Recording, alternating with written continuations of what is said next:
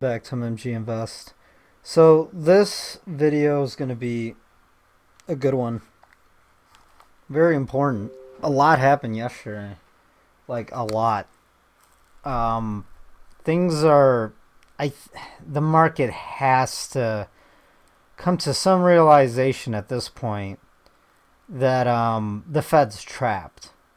It's endless rate cuts and eventually endless QE, which is just money printing to keep the system from imploding. Now, a lot of you guys need to understand something, all right? Economy is going to crash either way. There's nothing they could do to stop that. Nothing. The choice is, do you just default on everything once the economy starts rolling over? Or do you just keep printing and have a controlled collapse? That's what it's going to come down to. The markets haven't even priced in that. They're still in la la land. But the market is waking up to the realization that something seriously is wrong, and it is. By the way, for some reason, Jerome Powell's speaking every day now. And I've pointed that out when we looked at the schedule in my last video. And I said, look at this. I mean, this is a managed economy. Why is he speaking so much? What is all this? You wouldn't have that if it wasn't managed. And the stock market wasn't managed. And there's a reason for that. And that is because they have to keep the market calm. And they have to convince the market that they're there to bail it out, pretty much. And to keep the easy money flowing. Sheet on a permanent basis. That reverses a policy from last year and the year before to reduce the balance sheet, which was swelled during the financial crisis, trying to get it back down to a more normal level. Growth of our balance sheet for reserve management purposes should in no way be confused with the large-scale asset purchase programs that we deployed after the financial crisis. Neither the recent technical issues nor the purchases of treasury bills we are contemplating to resolve them should materially alter the stance of monetary policy.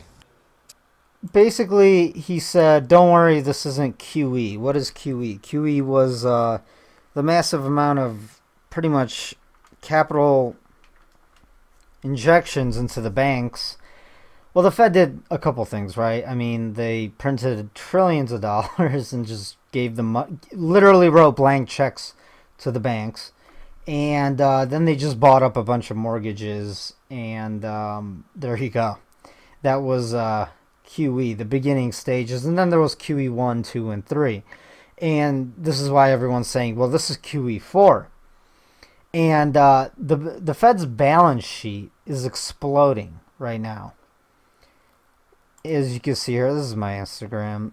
Their balance sheet is starting to go back up. Peter Schiff made a great point right here. The Fed claims it's not doing QE, but last week its balance sheet expanded by $88 billion. It's grown by $176 billion in the past 3 weeks. That's 3 weeks. During QE3 at most, the Fed's balance grew by $85 billion per month. So the Fed is buying more than twice as much debt when it's not doing QE than when it was. All right, so technically, I mean, I agree with that, but at the same time, it technically is buying debt because its balance sheet is growing. But really what they're doing is they did a miscalculation, and because the Fed is trying to keep interest rates on bonds artificially low, which is the interest rates on government debt, on your credit cards, mortgages, auto loans, all the loans, right? It's trying to keep the rate, the interest rate low for the economy and for the stock market, because there's a bunch of corporate debt out there as well, outstanding. And if the interest rates on the 10-year start spiking up, everyone starts defaulting all at once, and the entire system just blows up. Do you understand? All right. So they did a miscalculation because they're artificially lowering interest rates again. banks aren't lending money to each other. And what happens is you get a liquidity freeze, meaning there's no overnight lending, meaning no one could get loans anymore. And, small businesses, mid-tier businesses, everyone, they're taking out loans all the time. You take out small loans for businesses, credit card companies. All companies are constantly have a revolving door of credit nonstop.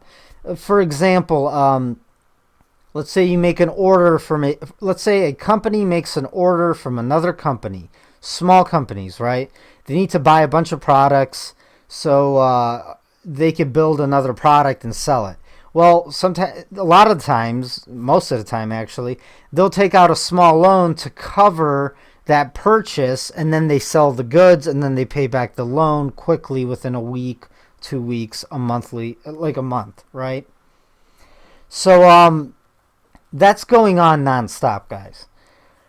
But what happens if the banks don't do overnight lending to each other, and then they don't give out loans to small businesses and even larger businesses? Well, the entire economy freezes. And then all of a sudden, no one's getting any credit. And if there's a credit freeze, right, a credit crunch, the economy literally comes to a halt. Like, it just stops. And then you're going to start noticing things like there's no cash coming out of the ATMs and this and that. So what the Fed is doing is they're providing the money for the overnight lending. So they're monetizing, they're injecting that overnight lending into the overnight markets, and the banks will borrow the money from the Fed, and then they'll pay back the Fed with a little bit of interest or a fee. And then that's what's happening. So the Fed has become the intermediary between all the major banks. And they keep extending this now. And this is a huge, huge red flag that there's something seriously wrong. This is exactly what happened in 2008. This was a great post I found last night. Last night I was posting, I was tweeting, I was, all over social media. All right, so it wasn't always this way. In 2004, the SEC changed their net capital rules. It was thought because banks had computers, they could better manage enormous amounts of leverage. It was all wrong. LEH needed $230 billion in overnight repo when it crashed. So $230 billion. Right now, the Fed's doing, like $88 billion a day or something. Of the 5 broker-dealers who qualified for the relaxed standards resulting from the changes to the net capital rule, Bear Stearns, Lehman Brothers, Goldman Sachs, Merrill Lynch, and Morgan Stanley, only Goldman and Morgan Stanley would survive the financial crisis intact. In the immediate aftermath of Lehman's collapse, a former SEC official, Lee Pickard, called the 2004 changes to the net capital rule the primary reason for all of the losses, meaning that's what triggered it. So what does all this mean? I mean, the Fed changes the overnight lending rules, and they do it for multiple reasons, mainly to artificially keep low the interest rates because they're trying to manage the economy. They're trying to prevent the next recession. And that's why we don't have a free market. A free market never lets things get this bad. It will have a small, dip in the markets. We'll have a small recession for like 6 months, and then the economy recovers instantly, and all the bad malinvestments get washed out of the system, and then the economy grows. With central bank, all they do is kick the can down the road. They sweep everything under the rug, they print money, and they blow bubbles. And, shit hits the fan. So, what am I thinking right now? Well, I will get to the TA on precious metals and the stock market. Let me just talk about a lot of a lot of things that are going on. There's just so much going on. Where to start? All right. So, transportation. People are getting laid off for semi truck drivers, right? Everything's being delivered through semis. And when there's a slowdown in transportations, I'm going to show you guys a chart later, that's a red flag for the economy. Because goods aren't being sold and bought and, you know. Obviously, yesterday, Jerome Powell, and I showed you the video, he said this is no way QE4, but the balance sheet's growing like it is QE4. If the market, it is what Wall Street wants. It's what Wall Street needs, so it doesn't dump. But, if the economy's so great, well, why did they have to do any of this in the first place? By the way, when they did QE, that was unprecedented. And the only reason they did it was because we were like 8 hours away from the money market funds drying up and all the banks going under, like the major banks, all of them in the U.S., and we would have had a Great Depression. Right now, we're doing the same amount of money, and supposedly we're at near all-time highs on the stock market, and the economy is doing the bestest it's ever done, right? Oh, man. Okay, so Fed announces QE4 one day after BIS warns QE has broken the markets. That's hilarious. So another, central bank said that. So this is the dynamic. You would think that investors and hedge funds, index funds, everyone on Wall Street, even businesses and corporations would realize that QE didn't work. So what the Fed did in 2008 and 2009 to temporarily save the economy and the markets, it was supposed to be temporary. And they were supposed to normalize interest rates. But they can't. That's the problem. They can't normalize interest rates. Because as soon as they start normalizing interest rates, the economy crashes. The financial markets crash, and then the economy crashes, because unfortunately the financial market has devoured the real underlying manufacturing industrial economy that is no longer existent. Because our economy now is just a house of cards built on financial markets and stupid unicorn IPOs and tech stocks and a bunch of nonsense that's really all malinvestment, and it's going to end up horribly imploding. For example, I would say Elon and Tesla and all that. It's all crap, guys. It's all. You guys see his last rocket? You know what that was? It was a prop, just like the last Tesla car. Anyway, so yeah, this is where we're at. And then China in the backdrop, the new world superpower, is not really playing ball. Trump can't really get China to do what he wants. And Trump needs some sort of trade deal so the markets calm down and they go higher for the fourth quarter of 2019. Because if the fourth quarter of 2019, when the numbers come out the first quarter of 2020 and they're really bad, guess what's going to happen in 2020? The music stops. And that's when, the SHTF happens. I don't want to swear. I don't know if the algos are going to, go after my videos for that. The rules change all the time, guys. What's next? I don't care what you think about Trump. He's hilarious. I don't care what you think. He's hilarious. If the Wicked Witch comes back and runs, guys, it's hilarious. I'd love it. She would be the best for the markets out of all the lefties. Either way, the markets will dump. But she's definitely just a pawn of the markets. And you have to understand, when I say the markets, I'm mainly talking about these 500 fortune companies that are internationals. Now, these internationals, what does internationals mean? That means they've sold out the U.S. to China, and they want, like, China's going to take over the world with the One World, One Belt, New Silk Road initiative. And that's where all these companies have gone. They sold out the U.S. And, you know, the witch here, she's part of them. That's where the word comes globalist, right? Also, another small country, you know, in the sandbox that you really can't talk about. All right. And, yeah. And these companies, they gutted the U.S. That's why we have no industrial manufacturing. And a lot of the profits don't even come back. And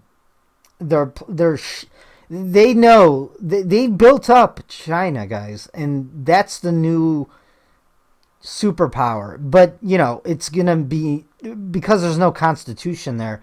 Those people are slaves, and that's what they want. They want a giant slave camp.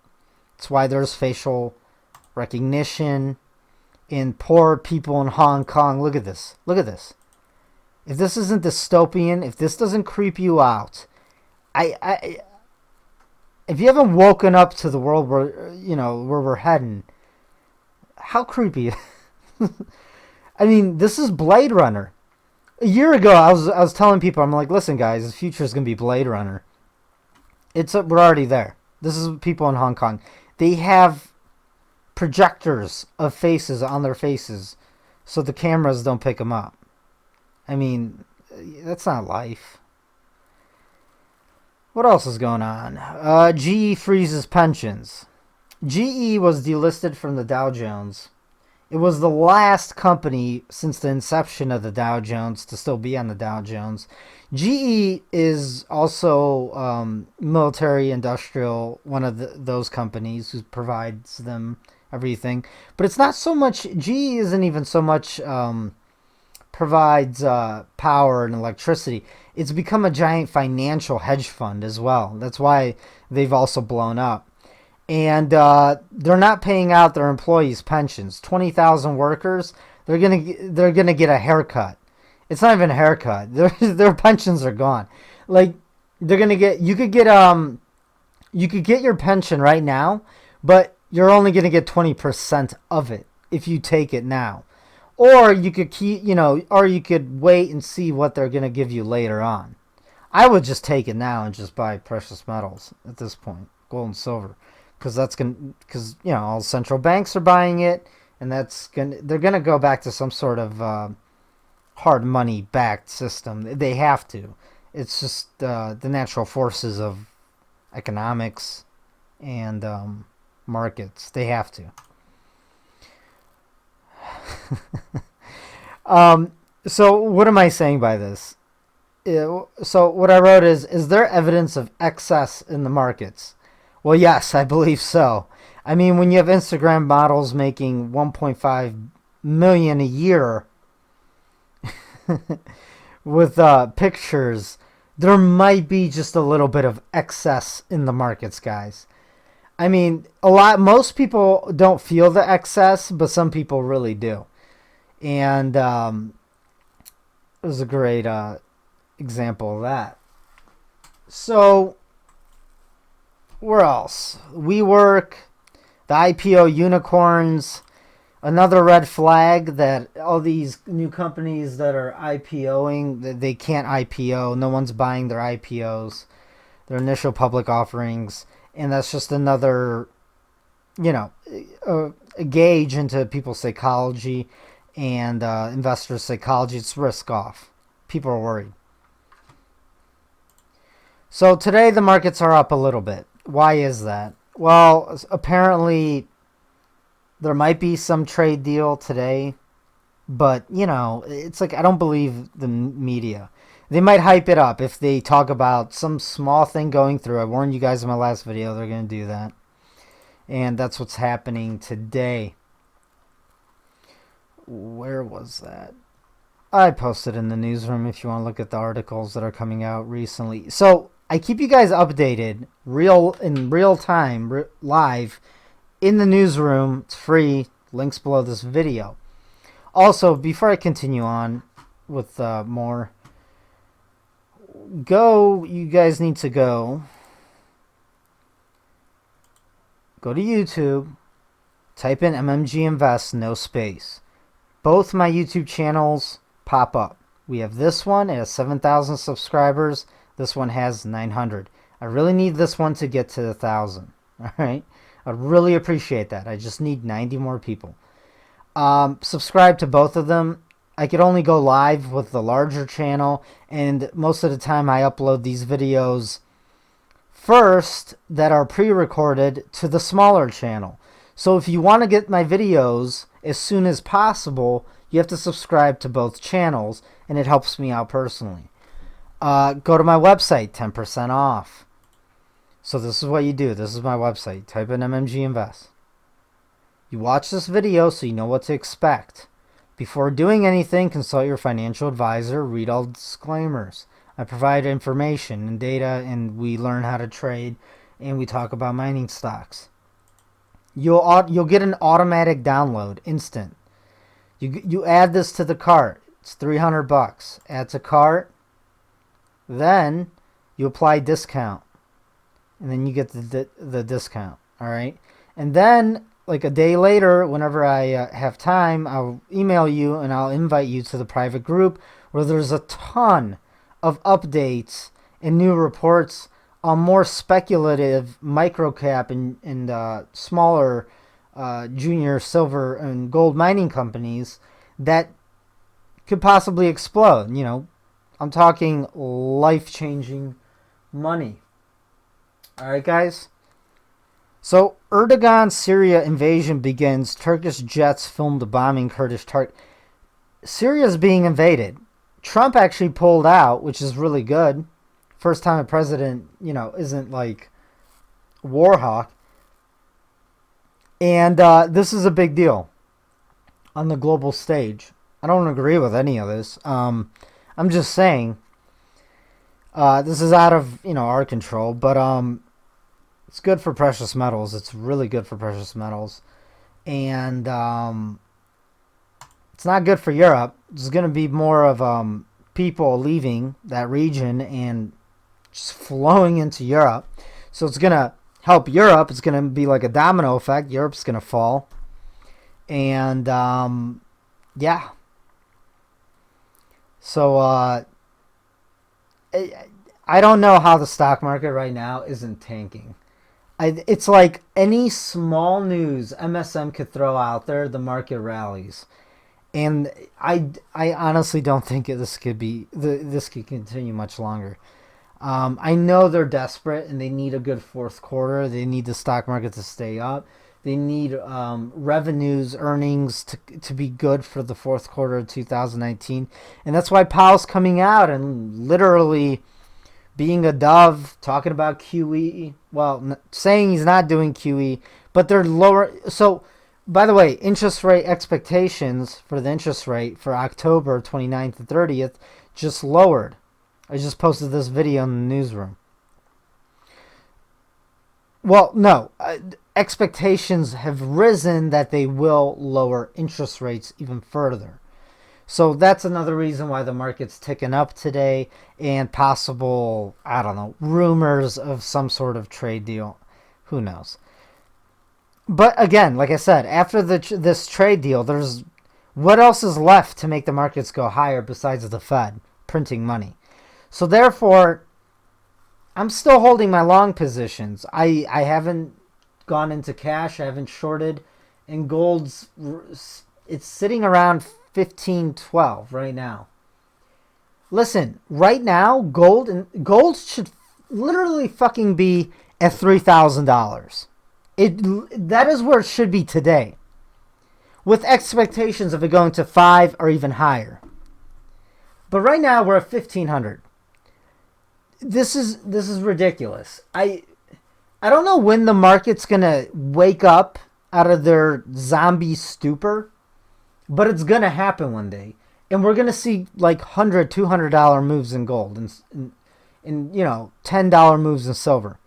Like I said, watch that Mike Maloney video that he made. So let's do some TA. All right, here's the S&P 500 monthly chart. So technically, it's on a 9 sell for the monthly. So, the S&P should drop this month. And I am expecting it to drop. So starting off from the monthly, RSI neutral, MACD neutral. Let's go to the weekly. The weekly looks bearish. It does. It looks bearish. You're going to get some major support areas around 2780. Next major support on the S&P 500. And then 2500. I think it'll bounce from 2500 if it falls down there. And if it falls to 2500, that'd be great for gold and silver prices. And the Fed's definitely going to cut more rates, maybe 50-point basis cut if we fall to 2500, because they can't let him make a weekly swing low, because below the 200 week moving average, which is 2500 on the S&P 500, right? So yeah, weekly looks negative, and around 2700. I wouldn't be surprised if it bounces off from there, or the worst case would be 2500. Let's go to a daily, see how that's looking. Support at 2800, big time on the daily. Still slightly negative, and this could lose momentum to the upside. Again, though, if they cut rates, the market could just shoot up. It's not going to take it much to make new highs, because we're not that far away from 3,000. So the market could easily make new highs. And they want that going into the fourth quarter, so we get strong earnings, this and that, and positive momentum going into the holiday season. So people keep on shopping for, Christmas. Let's take a look at the 4-hour time frame on the S&P here. So it all depends if the price on the S&P could fall. So it's going to run into resistance around 2930, and then if it breaks below 2890, so that's my neutral zone. So the S&P could go either way. It all depends on how investors feel about rate cuts coming. It's either going to break out or break down. If it breaks out, it's going to make new all-time highs. I think they're going to try to make new all-time highs. But at the same time, I don't know how everyone's buying this. I wouldn't be surprised. If I have been long since 2009 in the stock market, I wouldn't chase this the last 5-10%. I would get out now.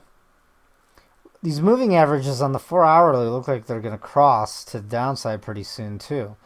So let's go back to the daily. Well, it's could go either way. So at this point, let's just wait and see. Let the market tell you where it's going. If the market goes higher, it doesn't matter for precious metals. They could go higher as well, because the only reason it's going higher is because the Fed's cutting rates, right? So we have the lower time frames, the 52-day moving average crossing the 100-day moving average, which is sort of a death cross. It's death cross. And that can shoot the prices back down to retest, like I said earlier, anywhere from 27 to 2500. Let's take a look at the Russell, see what's the Russell telling us. 2,000 smaller to mid-cap size U.S. domestic companies. The Russell looks like it's ready to just break support right here. It's tested support so many times. Uh, 1, 2, 3, 4. I mean, 5, 6 times. It's tested this 38.2 fib retracement support so many times that my trampoline analogy. So you jump on a trampoline for the first time, you poke a hole in it, jump on it again, the hole tears, and then the third time you finally fall through because it rips wide open. It's kind of how I look at these support areas. So if the Russell falls, it's going to take down the S&P and the NASDAQ, despite what the powers to be want. How does the FANG stocks look? Well, they look just like the Russell 2000 on the daily here. It looks negative. How does the NASDAQ look? NASDAQ is still up there, very near all-time highs, and it wants to just keep going higher and higher. If these moving averages cross here, right, the 52-week... Oh, this is a weekly chart of the NASDAQ. The weekly moving averages cross. I mean, the price should also possibly revisit these moving averages when they cross. The price likes to do that when moving averages cross. The price will fall to it as they cross and then bounce. And this happens to the bearish side and the bullish side. So a retracement to the 38.2 fib retracement on the NASDAQ would actually be healthy. So we could see some downside for the next few weeks on equities here. Here's another red flag, transportations that I was talking about earlier. Also, right now it's technically hitting resistance because the price is below this area where the price just keeps touching, right? So you can see the price is just constantly touching these areas right here, right? Here and here, the price will bounce around right here, right here. So the transportations, let me zoom out. This is a weekly chart as well. It's very important because if transportations keep falling and they make a new swing low below 47.30, that will also signal for the markets to sell off in a really big way. And then here's the thing. I'm not expecting a crash like anytime soon, to be honest, because the Fed's going to step in and they're going to print more money. They're going to print. They're going to lower interest rates to 0. And that'll keep the markets going higher and higher for maybe, who knows? I mean, maybe 6 months, maybe another year. I don't know. Internationally things are happening, globally as well. So you just don't know about these things. Also, I mean, you could almost say that this is turning out to be a possible bull flag on transportations. But, it doesn't really work like that. Transportations all depends on economic growth and people buying and selling goods, right? All right, so where else are we? Let's take a look at the dollar. Dollar has been rallying, just ripping higher. And that's a safe haven bid, probably because of the things happening in the sandbox right now as well. In Europe, just doesn't look good. Europe looks very bad. And so does China with this trade war. Now here's the deal. They're going to have to keep cutting rates anyways, because they need to get the 10-year interest rate, this blue line, lower, back down to 1.45. Because if it keeps spiking up, the market's going to sell off and debts start coming due. The chickens come home to roost, and that's when you'll get a Lehman Brothers event and the repo market, right? This spike right here, I believe, caused the repo situation as of late. The orange line is gold, and gold looks like it's going to rally. As long as this interest rate on the 10-year could stay low, below 1.6. All right, let's take a look at gold. Oh, here's oil. Demand for oil is falling because economic growth has been slowly tapering off globally. All right, let's take a look at gold. I think gold is right now preparing for a move higher. Can I be wrong? Yes. Let's take it to a daily chart. So on the left is gold, on the right is silver. Let's take a look at gold first. I feel like gold's still leading the monetary metals market. I like to call monetary, not precious. It's demeaning. All right. MACD looks like it's setting up for a divergence to the upside. We also have this could easily be a nice, beautiful bull flag to the upside. And the price just needs to get above 15, I would say conservatively 15.20. And if it does that, we could start running up to 16.80. That's a big move. That's a $180, $170 move in gold. Get a $170 move in gold to the upside. Those mining stocks that have pulled back, and they pulled back, they had a nice pullback of 20% or something, 15%. Those stocks could double easily. And some of the micro caps that haven't even rallied really, those could start making 100% moves, hundreds of percent moves. And then eventually we're going to get a big correction on gold and silver. Eventually. Silver, how does that look for the daily? It's on a 5 count, so technically 3 more days of upside, which would also, break out to the upside. But silver has a more steeper hill to climb to take out its previous high of 1974. But as long as the price could get above 18.20, it should start running above $20. And the MACD looks like it's crossing to the upside as well on the daily. All right, guys. Let's take a look at some ETFs. My trade, I've been sitting long for weeks now, and it's working out great, or since last Friday. So, the ETFs are going higher. This trade's really great. Because I bought back into the ETF when gold was down at 1470, 68, something like that. Let's take a look at the weekly on gold. I'm curious. It's neutral right now. It's a doji. So listen, if we get another rally and we make a new high in gold and silver, I still expect.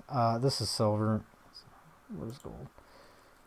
I still expect there will eventually be a big correction. In 1680 is major resistance in gold. Let's take it to a weekly on gold. We have a hammer right now on the weekly. So as long as this week closes above 1500, we have a hammer candle, which is bullish. And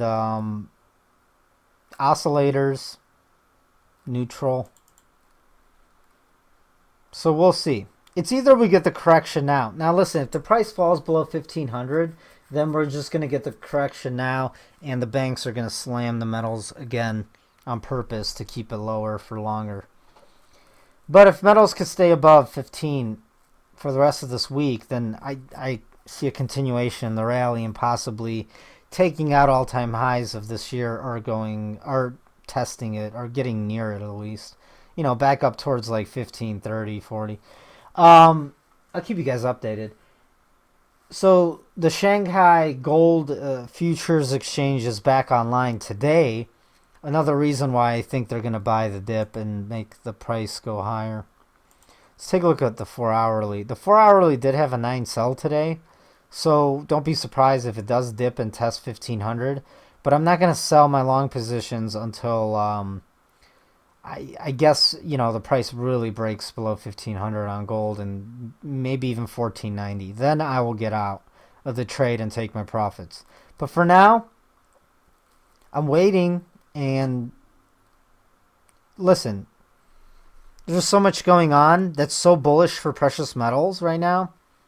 I don't see how it's not exploding in price. I really don't. QE4, Fed's cutting interest rates for sure now. The trade war is kind of like, trade. It's either way, if they make a deal or don't make a deal, it's not that great for the markets. The sandbox, there's a major country invading another major country. Markets are at all-time highs, near all-time highs, in the longest running bull market in history. The repo market, there's just so much. IPOs aren't, no one's buying IPOs. And earnings are coming out, and if earnings are weak, that could be an easy catalyst as well. Wall Street needs to wake up.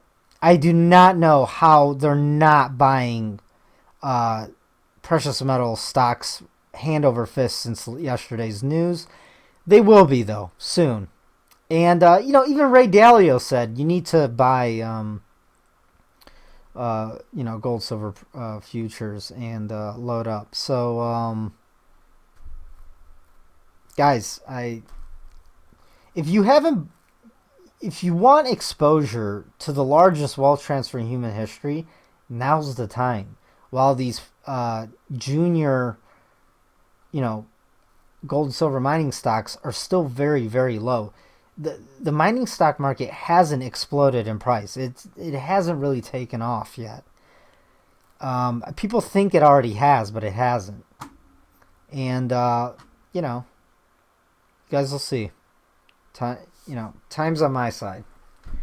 Until next time, smash them likes, share my videos. It's the only way my channels grow. Now I will continue to do this. Leave in the comment section what you guys think. I will comment. Just don't write me like a paragraph. Time's money. And go into the free chat groups where I keep you guys up to date live. Right? Until next time.